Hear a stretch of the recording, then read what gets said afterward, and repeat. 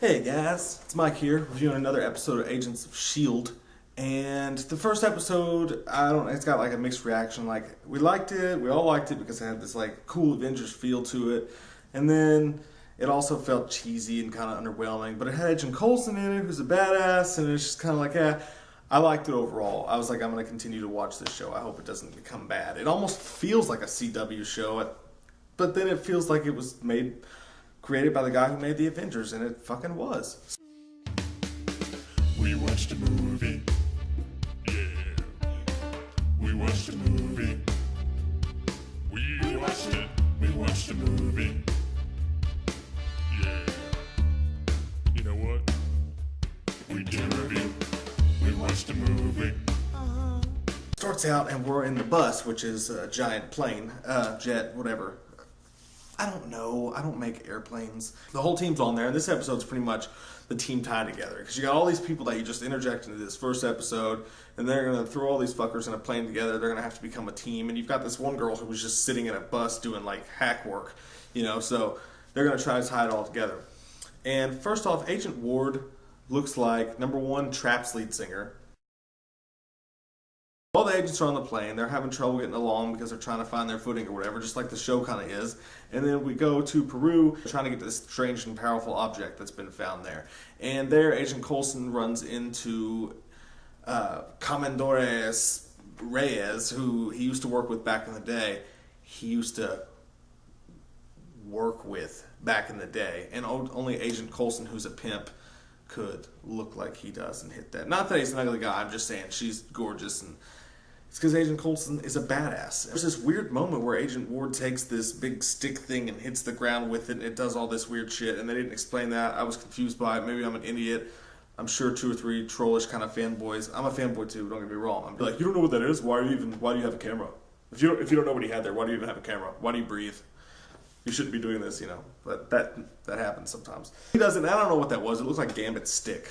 They find the object, and it has something to do with Hydra. They just kind of start throwing out gamma radiation, Hydra, and all this stuff like that. They never really quite explain so much what it is, and I don't think they will. But Agent Coulson thinks it's bad news, so they get it because they want to destroy it, get it away from anybody that can do anything bad with it. Then the team starts arguing again. They're not getting along because the Brainiacs aren't getting along with the field agents, and nobody thinks that Skye should be there. And then you've got the one chick back who they call the Cavalry because she's such a badass, but she doesn't like that. All of a sudden, it's like shit goes from 0 to DEFCON 38, and all these soldiers that have boarded the plane start going ape shit and fighting people, and Agent Ward starts beating their ass because that's what he does. Chick from the Cavalry, who's a badass, breaks her wrist, takes out the guard, hijacks the car, busts through. They take back control of the trip. They take back control of the plane by busting this giant hole through it, and that scene's cool. It was fun and everything, and I like the scene where Agent Coulson was tied up and he was untying himself, but the little helicopter thingy comes in there and saves the day, busts the hole in the frickin' in the bus, as they call it, the jet, and the only thing that was tacky about that, everybody goes flying out and that was cool or whatever. The action scenes were okay. They do look really TV-ish though. It just feels so TV-ish because it's on TV, and that makes sense. But I guess we're spoiled. But this is the TV version of the Marvel shit. So, the Marvel shit.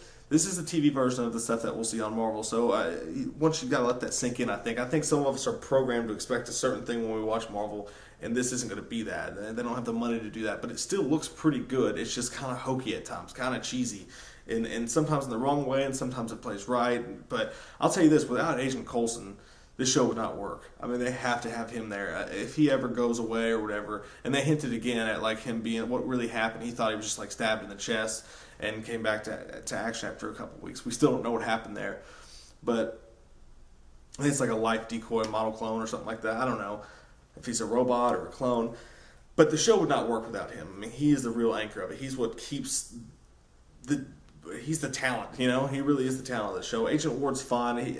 I'm not sold on him completely as a leading guy yet. I think he's all right. But the show does more of the same. There's a little bit more action, I think, and it's a fun time. But it also has that serialized feel. Like we already have our second bad guy in the second episode already.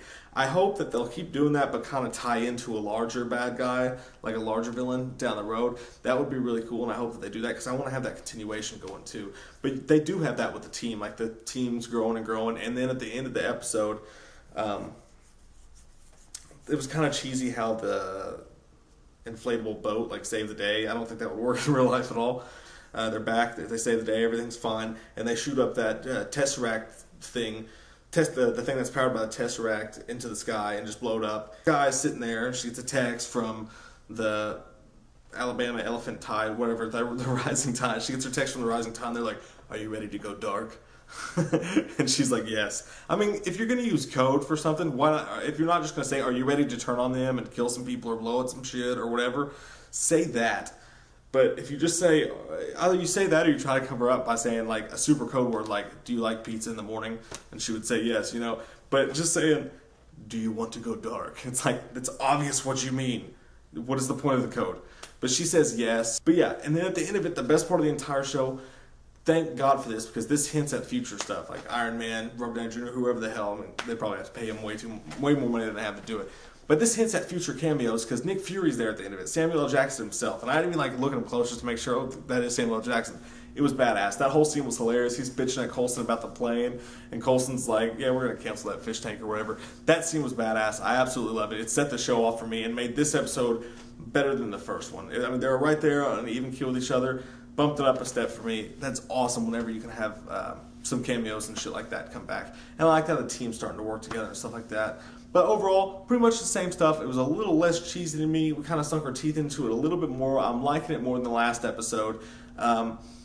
So we'll see where we go from here. But I'm definitely interested. I'm definitely going to keep watching. I'll be here next week with another review. Let me know, guys. Everybody I talked to about the show pretty much has the same ideas. They're just like, "Yeah, I liked it. It was just kind of cheesy, but it was all right. I'm not sure how long it'll last, you know." So everybody pretty much feels the same way about it, I think. Nobody thinks it's the greatest thing ever, but not too many people at least, hate its guts and hope it dies. So what do you guys think after watching episode 2? Is your mind changed? Are you still on the same fence? Are you excited to see what happens in the future? Comment below. Let me know. Till next time, I'm Mike from We Watched a Movie, and what is that fucking noise? We watched a movie. Yeah. We watched a movie.